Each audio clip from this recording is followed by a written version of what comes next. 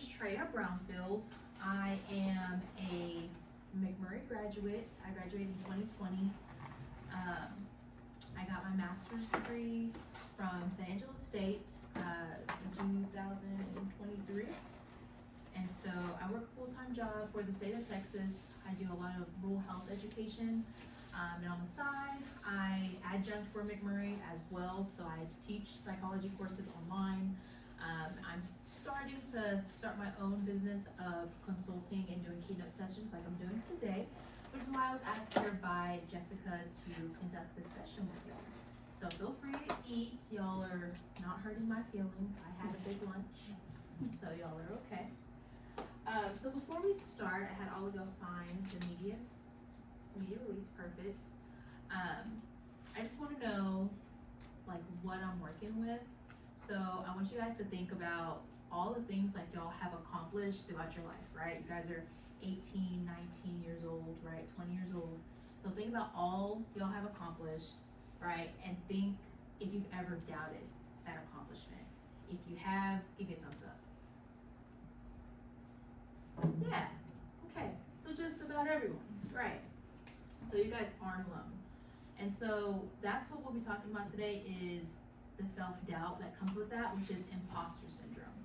Okay, how many of y'all heard of imposter syndrome? Yeah, okay, good. So I'm preaching to the choir here, but we're gonna enhance it a little bit more, all right?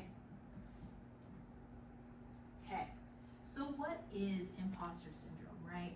So imposter syndrome is the feeling that you might get found out or that you might think that you're not as smart or capable as you think that you are, right? And so with imposter syndrome, you start doubting yourself. You start discounting your achievements, thinking that you're not smart enough, you don't have the ability, when in actuality you really do, right? It's that imposter, I'm gonna say the imposter here, that discounts it, that tells you otherwise, okay?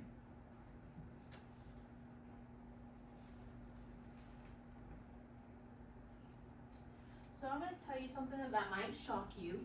So all of these individuals here have experienced some form of imposter syndrome, right? These are the most accomplished, successful people in their fields, right? You have Maya Angelou here, right? She is one of the most poetic American writers in American history. She's written 11 books, okay, 11. I'm only on page 1 of my first book, you know, so imagine writing 11, okay? So her, every time she writes a book, every time she finishes a book, she always says, they're gonna find me out. They're gonna think that I'm lying, right? They're gonna think this, they're gonna think that. So if Maya Angelou felt like that, what does that tell you, right? It can happen to anyone, okay? My guy over here on the end, Albert Einstein, right? He's obviously an Einstein, okay? So we know what he did for the psych department, right? For the physics department, sorry. So he thought his work was discounted. He thought he was an involuntary swindler. That's what his words were. He said, I feel like I'm an involuntary swindler. He thought his work was fraudulent work, okay?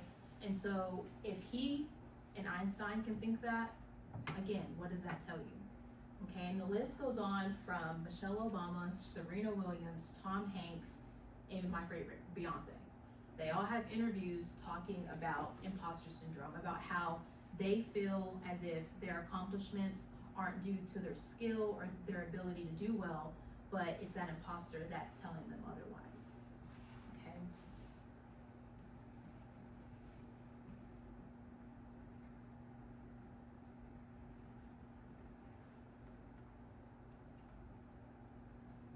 So with imposter syndrome, there's no one gender, there's no one race that gets it more than the other, okay? Everyone gets it, female, male, white, black, Mexican, Asian, purple, blue, doesn't matter, okay? Everyone can get it, right? But where does that come from, right? So imposter syndrome can come from being peer pressured, from your family, from friends, from academics. It can come from maybe being the top in high school, coming to McMurray here and being in a room full of different individuals who also were top in their class in high school, but then you get here and you're like, well, I'm just nobody, right? So with that, imposter syndrome can come from many different areas. And college has a lot of different factors. How do I know? I was in college, right? I have a bachelor's and master's degree, so I know about these triggers. Okay, myself, when I was here, I ran track. So, and I was first generation. So I had all these different things on my plate that I had to think outside of the box for, because that imposter thought was always popping up, like every little thing that I was doing, right? And so, sorry.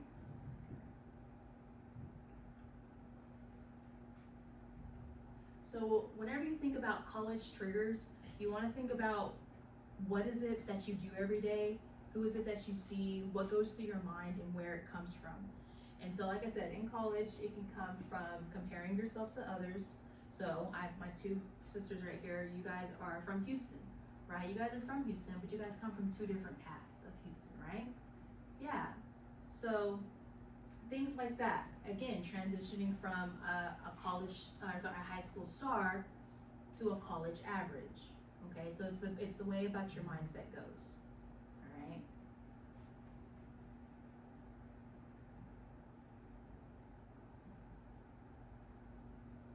So when does it show up? Okay, so you look around the room and you see all these people.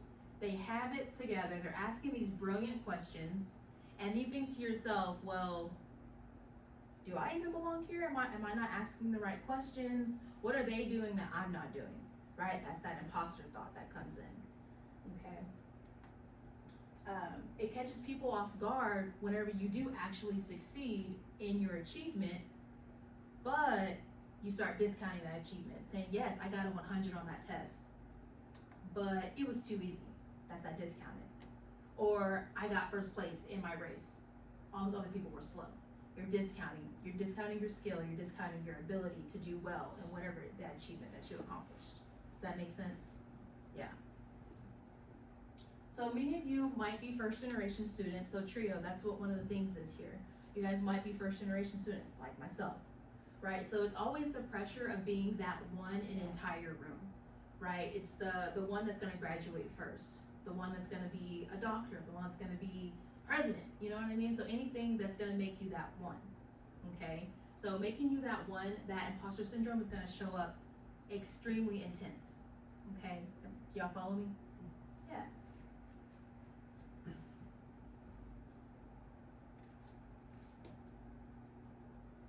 So the little voice in your head may tell you little lies like you're not good enough, or you're just lucky, or maybe you're at the right place at the right time, right? But the truth about you is that you've earned your place where you are. You know, you've earned your place to get to McMurray, right? Everyone here in this room has made mistakes, right? If you haven't, kudos to you. Everyone makes mistakes, but it's how you go about them, right? You work hard in silence when everyone doesn't see it, right? So whenever you leave here today, you're gonna go to your room, go back to your house. You're gonna study, right? Study for that exam, study for that test, so that midterm is gonna come up, right? Everyone might see that you make a 100, but they don't see the work that you put in to get that 100, right? And the truth about you is that you do indeed deserve to feel good about yourself. You do indeed need to feel that you deserve this, okay? So at this time, since there's a few of us in here, I want us to identify a unique strength about yourself that other people don't know, okay? So myself, I'll start first. So in my full-time job during the day, my supervisor, she gives me the most challenging, time-consuming tasks compared to my to my coworkers. The reason being for that is because she knows that I have really good organizational skills, for one, and two, I'm very determined to achieve the things that I do in a promptly manner and to get them done effectively, right? So that's why she says, Traya, okay, I'm gonna give you the most challenging things, the most time-consuming things, because I know you can get them done, right? That's a lot of pressure, okay? I'm not a manager, but she gives me manager tasks, okay? So it's things like that that she knows I can do well. So what about y'all? What are some things that are unique about you?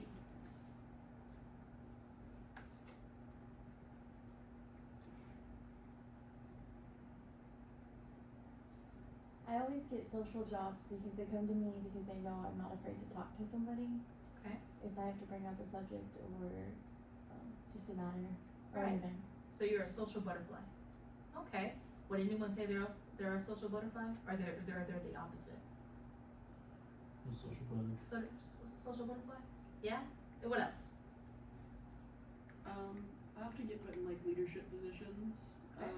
Because I feel like I'm pretty good about like leading people. I don't realize it sometimes until I'm in the situation, but like I'm good at like delegating and organizing people Okay. and stuff like that. Good. So you wouldn't necessarily call yourself bossy, but you know how to incorporate different aspects. Yeah. Kudos to you. Okay. Anyone else? Yeah, I think I'm very welcoming to people Okay. around me. Okay. So So- you're an open arms person. Yeah. Yeah. Are you a hugger? Yes. I knew it. Okay. What else? I'd say I'm really good at what's the word for? I forgot what I'm sorry that happens a lot to me. No, it's okay. I think I'm good at keeping people together, Okay. like seeing how a situation is going and keeping the people in there happy or content. Okay. So you're the glue. That's the word for it, yeah. You're the glue. Okay. So I've got a hugger, I got the glue, I got a delegator, I got one person all right here. Y'all are it. Okay. I'm like a Voltron.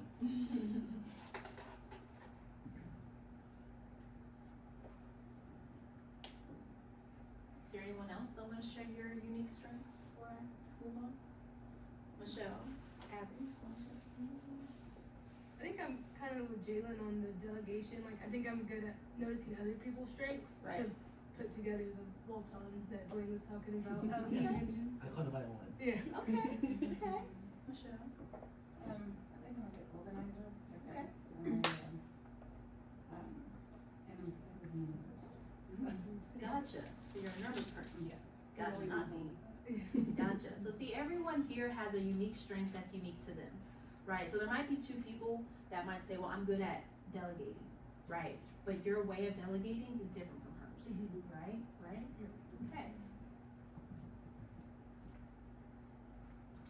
So now let's talk about how imposter syndrome cycles, right? So imposter syndrome has a cycle that reinforces itself. This is the process of way it works. So you have a new challenge, right? So say you have a hard test. I keep using these tests because I'm thinking about tests back here when I was here. Right? So think about a hard test, right? All right, so that's your new challenge. You have a response. The response to that is either you have anxiety, right? You start self-doubting yourself, like, I'm gonna fail. I don't know how I'm gonna do this. I don't have time to study, right? All of those things, right? Okay, then you have the response, which is you over prepare or you procrastinate. Okay, then you have the outcome. You actually do well on your test. You make a 92. You do well, right? Then you have that imposter thought that comes and sneaks up. And they say in your head, the test was too easy, right? You only studied 4 hours. Only 4 hours, right? And then you have the result. You discounted your 92 on that exam for what? You did good, you put in the work, but that imposter thought discounted it for you. And then it just restarts. See, it reinforces itself on one, it goes to another, and then it goes to another, right? So that's how it reinforces itself. But whenever you recognize this pattern, is a matter of where you can put a stop to it. Okay, so it's a matter up to you to say, hey, I did good on this test. Stop it at the outcome. You made a 92, stop it there. Don't let that imposter syndrome sneak up. Okay. Okay. So, now that you know what imposter syndrome is and ways you can identify it, here are some ways you can tackle it, right? So the first one here is naming it. Okay, so naming what that little negative thought in your head is called. It's the imposter talking. Okay, so that's naming it. 2, keep a success journal. Myself, I'm a paper to pen person. I like to write things down. If I don't write it down, it's not gonna happen. I'm gonna forget. My mind goes in 50 million different directions every day. So I like to have a list. I like to have a to-do list every day. When I go to work, I have to say, I'm gonna sit down, I'm gonna do this, this, and this. If I don't write it down, it's not gonna get done. So if you aren't a paper to pen person and you're a digital person, use your phone. Okay, everyone has a phone. Everyone has the app section, right? They can just open up and you can create a success journal. With that success journal, you're supposed to write down your wins, whether they're big or whether they're small. A small win is I made a 92 on a test today. A big one is that I woke up today. Not many people get to say that, right? So it's those wins that really matter. Okay, write those down. And when you write down those wins, also write down what it took you to get to that win, right? So if you made a 92, what did it take you to get that 92? Did you study for 4 hours? Did you study for 10 hours? Did you make flashcards? Did you use Quizlet? What is it that you use to help you prepare to get that 92 on that exam? Okay? Which brings me to stop comparing yourself, right? Everyone's journey is different. Like we just talked about different strengths, right? Everyone's strengths are different. It's a matter of how you wake up this morning. So we all woke up this morning, right? Very good. The way we got here today is very different. Okay, so it's a matter of how you map out your day is going to be very different from everyone else. Right? The next one here is talk about it. Whenever I say it, I'm referring to the imposter, right? Talk about the imposter that's in you. Okay, talk about it with friends, talk about it with family, talk about it with friends, whoever it may be, just talk about it. All right, and the last one here is practice positive self-talk. Okay, so that means whenever you wake up in the morning, you're brushing your teeth, talk to yourself. It's okay. Now, it might be a little problem if you're sitting there answering yourself. Okay, don't do that. But whenever you wake up, practice, hey, I woke up this morning. You look good today, right? Practice positive self-talk. Okay.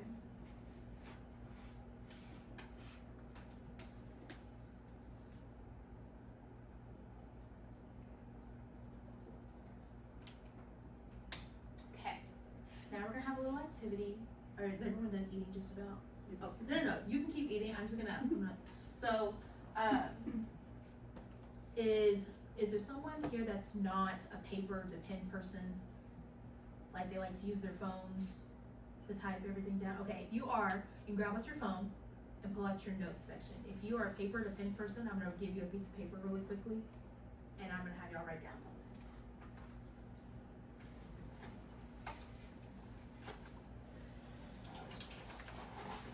Paper to pen person? Perfect. Paper to pen. Paper to pen.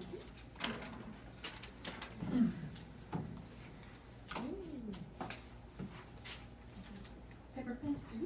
You want your own? Oh, sure, I can do it. Okay. I have one just a blue beer back in the day. Pardon? Since I'm You're blue very beer. welcome. Alright. So now that you guys have your methodology of what you guys are gonna do for this activity, it's gonna be a little hard at first, but stick with me, okay? So this first one here, we're gonna reframe your inner critic, okay? So I'll take a moment, take 10 seconds, and I want you to think about all you've accomplished, right? In the latest, let's say 6 months, right? Think about a time where you have heard that imposter thought, okay? Think about it, take 10 seconds. Think about a time either in class, at home, in sports, in a club, whatever it is that you've done in the last 6 months that imposter thought has showed up. Think about it, okay? What'd you say? I've got it, say I've got it. Got it? Got it? Got it. Awesome. Alright, so for this first part here, it is going to be to identify the imposter thought, right? So whenever you have that one achievement that you guys just thought about, right? I want you to write down the thing that comes to your mind whenever that imposter is talking, right? So, and mind you, this piece of paper, this notes, these are yours. You're not gonna share this. So, I want you to write down the real version, the harsh version, the thing that you hear in your mind whenever you guys are thinking about that achievement or anything like that. The thing that you guys have been thinking or have done in the last 6 months. I'll give you 2 minutes to do that.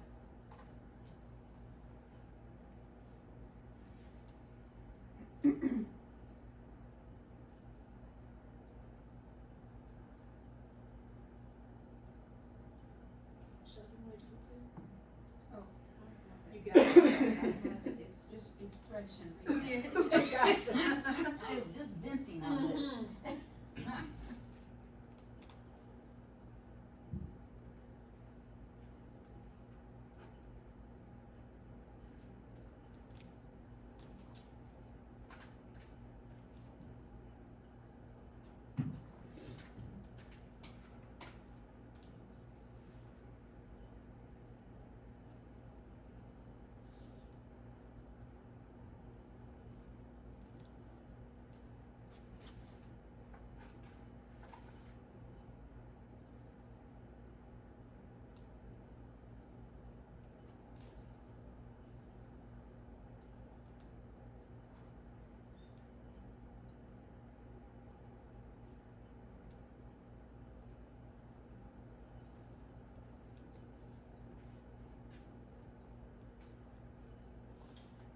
Okay, wrap up your thought because we have 15 seconds.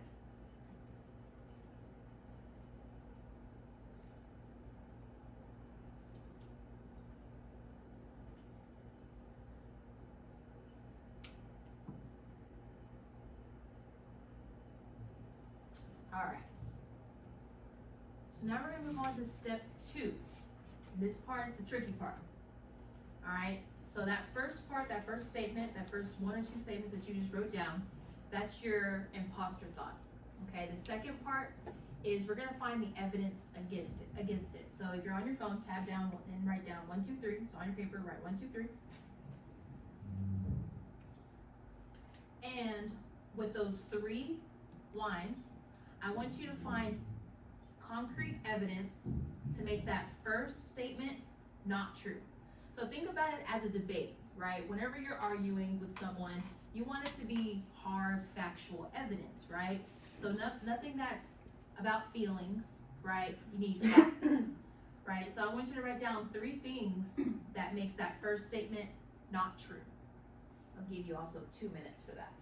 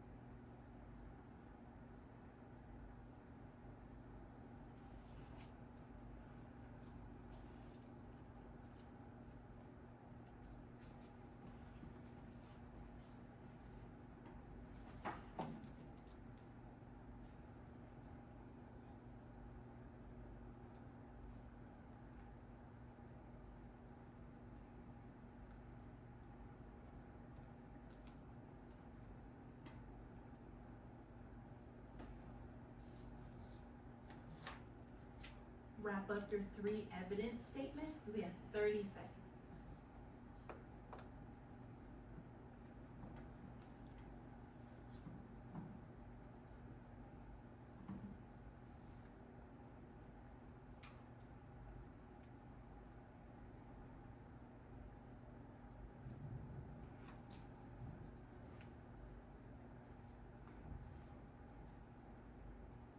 All right.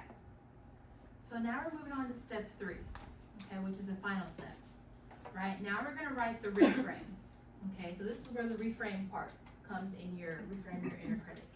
So now that you have your imposter thought, your 3 evidence statements against it, now you're gonna write the reframe to make it more positive, right? I want you to write a new, more accurate statement that reflects what you just wrote down, right? Something that is true, something that you can block out that imposter thought, which is the first thing that she wrote down.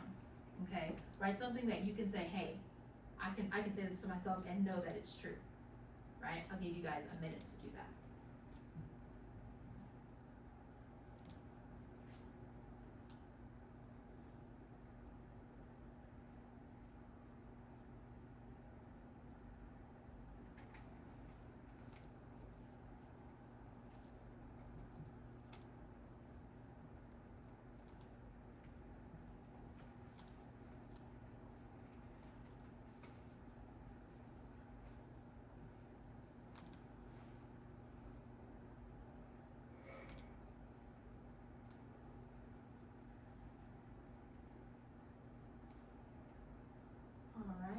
wrap up your reframes. We have 15 seconds.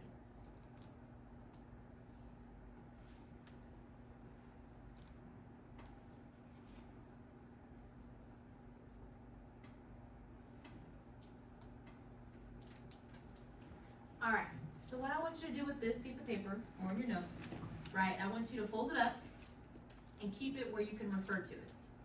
The reason being for this is because now you have a tool you can use whenever in that imposter thought shows up, for whatever achievement that might occur, right? So if you have a test, if you're in club, or whatever it is that happens and you have that imposter thought show up, pull out this reframe tool and say, hey, this is that imposter thought, these are the 3 facts against it, this is what I can say to myself, right? So this is a tool that you can use anywhere, right, for anything, okay? So using this tool, it's a matter up to you for whenever you can use it to kind of help better yourself, right? So like I said, with this tool, you can keep it, fold it up, make sure you can refer back to it. On the back, you can put imposter syndrome workshop, so that way you can know what it is. All right, in your notes, you can refer to it, make sure you have a title for it and stuff like that, okay? So with the imposter thought, it's not gonna disappear in a matter of 5 minutes, right? We did this activity in 5 minutes, right? Is that a sneeze, bless you? Thank you. You're welcome. So with that, it's not gonna disappear in 5 minutes, right? But over time, it can.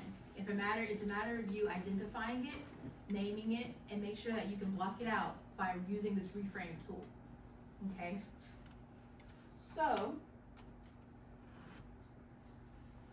with that being said, I'm going to open the floor for any questions about imposter syndrome, anything that I've mentioned, anything y'all want to know that I can potentially answer.